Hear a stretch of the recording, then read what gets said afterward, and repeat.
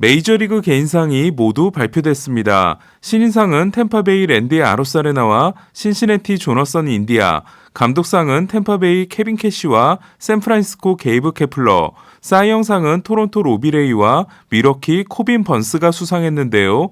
오늘 발표된 MVP 투표 결과 아메리칸 리그 MVP는 오타니 쇼헤이, 내셔널리그 MVP는 브라이스 하퍼였습니다.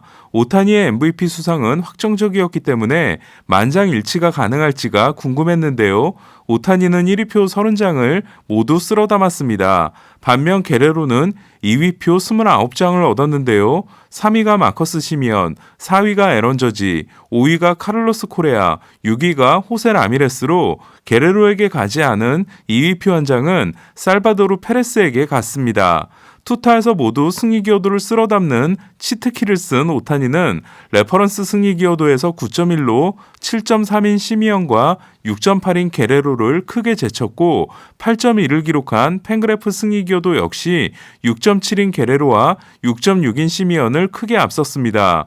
오타니는 이로써 1979년 돈 베일러, 2004년 블라디미르 게레로, 그리고 2014년, 2016년, 2019년 세 번을 수상한 마이크 트라웃에 이어 에인절스 역대 6번째 MVP가 됐는데요. 에인절스 선수가 만장일치 MVP가 된 건 2014년 트라웃에 이어 두 번째입니다. 만장일치로 MVP를 따낸 선수는 역대 19번째로 1993년 이후 달성 선수들을 보면 1993년 프랭크 토머스, 1994년 제프 베겔, 1996년 켄 캐미니티, 1997년 켄 그리피 주니어, 2002년 베리 본즈, 2009년 엘버트 푸올스, 2014년 트라웃과 2015년 하퍼, 그리고 올해 오타니인데요. 오타니는 규정 타석을 채운 첫 번째 시즌에 만장일치 MVP가 된 최초의 선수가 됐습니다. 오타니는 이로써 2001년 이치로에 이어 일본 선수 역대 두 번째 리그 MVP가 됐는데요. 당시 이치로는 1978년 프레드 린에 이어 신인왕과 MVP를 섞고 난 두 번째 선수가 됐는데 저는 오클랜드 제이슨 지안비가 MVP가 됐어야 한다고 생각했습니다. 실제 레퍼런스 승리 기여도도 지안비가 9.2, 이치로가 7.7이었는데요. 하지만 이치로가 116승 팀인 시애틀 소속이었고 센세이션을 불러온 점에서 가산점을 얻었는데요. 이후 지안비가 약물 선수임이 밝혀지면서 2001년 이치로의 수상은 더 정당성이 생겼습니다. 1919년 베이브루스 이후 102년 만에 가장 완벽한 투타 겸업 시즌을 달성한 오타니는 9승 46홈런 26도루를 기록했는데요. 1919년 루스의 성적은 9승 29홈런 7도루였습니다. 23번의 선발 등판에서 130이닝을 소화하며 팀 내 유일한 100승 투수가 된 오타니는 100이닝, 103진, 100안타, 100타점, 100득점이라는 역대 최초의 기록을 만들어냈는데요. 비록 홈런왕은 되지 못했지만 46개의 홈런은 48개를 기록한 게레로와 페레스에 이어 리그 3위, 26개의 도루는 리그 5위, 8개의 3루타는 아메리칸 리그 1위였습니다. 통산 3번의 MVP 수상이 다른 9명과 함께 공동 2위에 해당되는 트라웃은 트윗으로 오타니를 축하했는데요. 팀 동료의 MVP 수상을 지켜본 건 특별한 일이다. 오타니는 충분한 자격이 있다고 했습니다. 오늘 아메리칸 리그 MVP 발표는 1993년과 1994년 MVP 2연패를 했던 화이트삭스 레전드 프랭크 토머스가 했는데요. 토론토 입장에서는 어게인 1993이 됐습니다. 토머스가 MVP가 된 그해 토론토는 폴 몰리터가 2위, 존 올러루드가 3위를 했는데요. 올해도 게레로가 2위, 시미언이 3위를 했습니다. 하지만 1993년과 올해가 다른 건 1993년 토론토가 월드시리즈 2연패를 해낸 반면 올해 토론토는 포스트 시즌에 못 갔다는 겁니다. 게레로는 비록 1위표를 한 장도 얻지 못했지만 홈런, 출루율, 장타율, OPS, 득점에서 1위에 오르는 최고의 22세 이하 시즌을 만들어냈는데요. 타율 3위, 홈런 1위, 타점 5위를 한 게레로는 현 시점에서 트리플 크라운을 달성할 수 있는 가장 유력한 선수라는 생각이 듭니다. 아버지가 2004년 아메리칸 리그 MVP가 되고 아들이 2021년 아메리칸 리그 MVP 2위가 되면서 게레로 부자는 미국 야구 기자협회가 뽑는 신인상, 사이영상, MVP 세 가지 상에서 모두 2위 내에 든 최초의 부자가 됐는데요. 게레로 부자는 역대 최초의 부자 명예의 전당에도 도전할 전망입니다. 이루스로 전환한 첫 해인 올해 골드글러브와 실버 슬러거를 따내고 45개의 홈런을 기록함으로써 데이비 존슨의 이루수 최고 기록 43개를 경신한 시미언은 FA 대박을 앞두고 있는데요. 서부팀과 계약하고 싶어하는 시미언에게 관심을 보이고 있는 팀 중 하나는 시애틀 메리너스가 있다고 합니다. 시애틀은 시미언을 영입하게 되면 골드글러브 경력이 있는 JP 크로포드에게 유격수를 계속 맡기고 시미언에게 2루를 줄 생각입니다. 오타니가 워낙 압도적이었기 때문에 더 관심이 모아진 쪽은 내셔널리그였는데요. 저희가 소개해드렸던 도박 사이트의 예측대로 코빈 번스에 이어 브라이스 하퍼가 내셔널리그 MVP가 됐습니다. 하퍼는 1위표 17장을 얻어 1위표 6장인 소토와 1위표 2장인 타티스를 생각보다 큰 점수차로 따돌렸는데요. 총점에서는 하퍼, 소토, 타티스, 크로포드, 터너 1위표를 많이 받은 기준으로는 하퍼, 소토, 크로포드, 타티스, 터너가 됐습니다.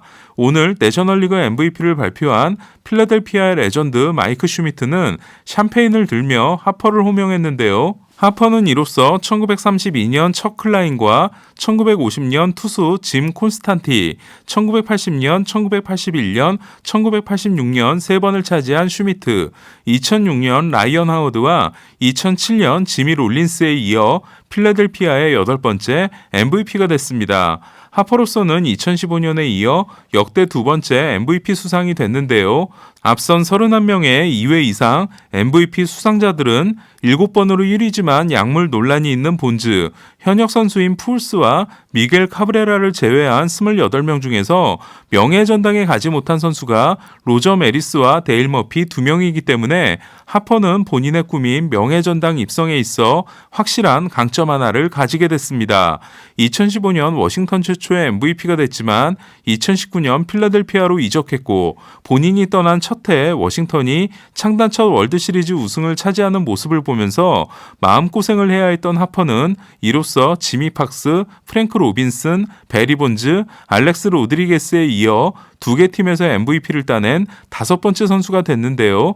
저는 워싱턴 시절 하퍼는 임팩트와 스타성은 인정해줄 만하지만 2015년 MVP 시즌을 제외하면 꾸준했던 적이 별로 없고 화려한 쇼맨십에 비해 내실이 없는 선수라는 생각을 가지고 있었는데요. 하지만 필라델피아와 계약하면서 옵트아웃이 없는 13년 계약을 하는 걸 보고 다르게 생각하기 시작했습니다.